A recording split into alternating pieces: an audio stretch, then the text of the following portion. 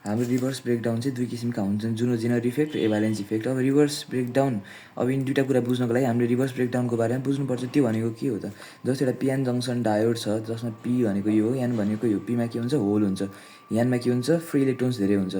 अब यत्तिकै हामीले सेम कन्डिसनमा राखिदिउँ भने त यहाँको होल भनेको त के भन्छ, यो होलले त इलेक्ट्रोनलाई तान्ने काम गर्छ। त्यो र यो साइडको होलले के गर्छ भन्दा यहाँ साइडको इलेक्ट्रोनलाई के गर्छ, आफूतिर तान्छ र नेगेटिभ बनिदिन्छ, नेगेटिभ बनिदिन्छ यो साइडतिर। अनि यो साइडमा फेरि इलेक्ट्रोन गयो भने त पोजिटिभ टर्मिनल पोजिटिभ साइड बन्नु पऱ्यो नि त, नेगेटिभ भयो भने त पोजिटिभ हुनु पऱ्यो। अब यहाँ पोजिटिभ डेभलप भयो, यहाँ नेगेटिभ डेभलप भयो। अब यसको डाइरेक्सन मात्र के भयो, पोजिटिभ टु नेगेटिभ हुन्छ। अनि तिमीले त्यहीमा अब रिभर्स भनेको के हो भन्दा, नर्मली तिमीले पीलाई पोजिटिभ टर्मिनल जोड्थ्यौ, अब तिमीले के गर्यो, पीमा नेगेटिभ टर्मिनललाई जोड्यो भने हाम्रो के हुन्छ भन्दा, पीलाई नेगेटिभ टर्मिनललाई, एनलाई पोजिटिभ टर्मिनलमा। अब इलेक्ट्रोनको हाम्रो करेन्टको फ्लो कहाँ हुने भयो भन्दा यो डाइरेक्सनमा हुने भयो, भनेको यो डाइरेक्सनमा। र हाम्रो पी र एन भित्रको यो छ नि, यो आयोनहरूको के, यसको पनि त डाइरेक्सन त यो डाइरेक्सनै भयो नि त।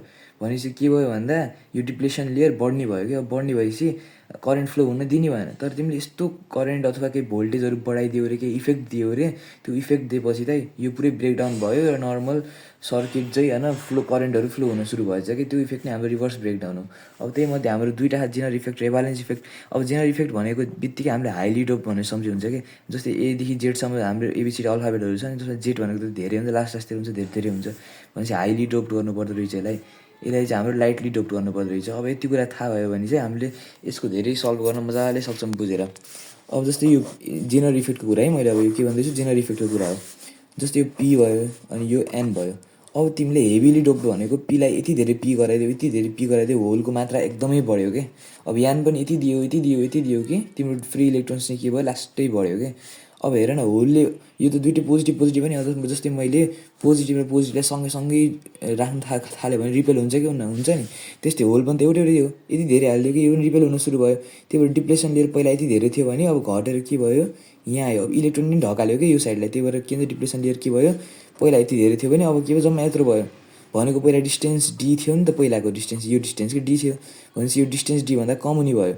अब हामीले यहाँ अब यसलाई हामीले इलेक्ट्रिक फिल्ड दिउँले कि, इलेक्ट्रिक फिल्ड दिउँ भने हाम्रो इलेक्ट्रिक फिल्डको फर्मुला के हो, V/D हो कि नै। अब यसमा के छ, पहिला डिस्टेन्स धेरै थियो, तर अब डिस्टेन्स के भयो, कम भयो, किनकि तिमीले हाइली डोप गर्यो। अब डिस्टेन्स कम भयो भने त हाम्रो इलेक्ट्रिक फिल्ड के हुने हो, बढी भयो। अब तिमीले यसलाई 5 भोल्टभन्दा कम इलेक्ट्रिक फिल्ड दियो भने पनि के हुँदो रहेछ भने यहाँ ब्रेकडाउन हुँदो रहेछ कि। भनेको यहाँ भित्र त मेटलहरू छ नि त, खाली होइन नि त, वास्तवमा त्यो मेटलहरू छ नि त, मेटल के भने कोभ्यालेन्ट बोन्ड छन्।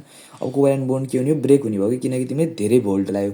जस्तै यहाँ दुईवटा रसी छ, अब भोल्ट भनेको के भन्दा यसलाई तिमीले के गर्यो, टुटायो कि, यसलाई तिमीले काटिदियो भने चाहिँ त्यहाँ भोल्टेजले के गरिदियो भन्दा यसलाई टुटाउने काम गरिदियो। त्यसपछि यो ब्रेकडाउन हुने त्यो इफेक्ट हुन्छ नि, त्यो जो समाप्त भयो, भ्याइयो क्या। त्यही भएर यो ब्रेकडाउन हुनुको रिजन के हो भन्दा इलेक्ट्रिक फिल्ड हो, जुन 5 भोल्टभन्दा कम भयो नि हुन्छ। त्यो किन यति कम चाहियो त, किनकि डिस्टेन्स घट्यो, डिस्टेन्स कम भएपछि इलेक्ट्रिक फिल्ड बढ्यो। त्यही भएर यति कुरा बुझ्नु पऱ्यो कि जेनरल इफेक्ट भनेको हाम्रो किन हुन्छ, हाइली डोप भएर हुन्छ र डिस्टेन्स घट्यो, इलेक्ट्रिक फिल्ड बढेको कारणले गर्दा हाम्रो यो ब्रेकडाउन भयो, यति बुझ्नु। अब एभालेन्स इफेक्टमा के भयो भन्दा लाइटली डोप्ड हुन्छ। लाइटली डोप्ड भनेको के हो, पहिला धेरै होलहरू थिए, पहिला धेरै इलेक्ट्रोनहरू थिए, तर अब कम होल हुने भयो। अब यहाँनिर इलेक्ट्रोन कम हुने भयो, पी भयो, यो एन भयो, भनेपछि एकअर्कालाई ढकाल्ने भएन। पहिला जति डिप्लेसन लेयरको डिस्टेन्स थियो पछि त्यति चाहिँ रहने भयो। भनेपछि E V/D हुन्छ।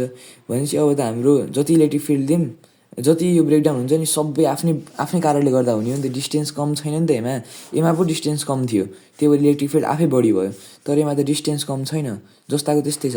त्यो भएर हामीले इलेक्ट्रिक फिल्ड चाहिँ के गर्नु पऱ्यो, धेरै दिनु पऱ्यो। के गर्नको लागि, ब्रेकडाउन गर्नको लागि के। यहाँ भित्र छ नि त कोभ्यालेन्ट बोन्डहरू, यसलाई ब्रेकडाउन गर्नको लागि के गर्नु पऱ्यो, धेरै इलेक्ट्रिक फिल्ड दिनु पऱ्यो। त्यही भएर 8 भोल्टभन्दा धेरै इलेक्ट्रिक फिल्ड यसलाई दिनुपर्छ, तर यसलाई 5 भोल्टभन्दा कम दिनुपर्छ। त्यही भएर यो चाँडै ब्रेकडाउन हुन्छ, यो अलिक ढिलो ब्रेकडाउन हुन्छ कि। अब यसको ग्राफ बनाउनु पऱ्यो भने चाहिँ हाम्रो के हुन्छ भन्दा, अब त यो उस छ नि, यो जेनरल इफेक्ट के, हाम्रो त चाँडै ब्रेकडाउन हुन्छ भने, किनभने डिस्टेन्स कम छ। त्यही भएर यसको ग्राफ के हुन्छ, चाँडै चाहिँ माथि तल भनेको चाँडै चाहिँ तल यसरी स्ल्यान्टेड भइदिन्छ। तर हाम्रो एभालेन्स इफेक्ट छ नि, एभालेन्स इफेक्ट अलिक ढिला हुने रहेछ कि, तर यसको ग्राफ नि अलि त हुन्छ। यो भनेको जेनरको, यो भनेको एभालेन्सको, यति कुरा।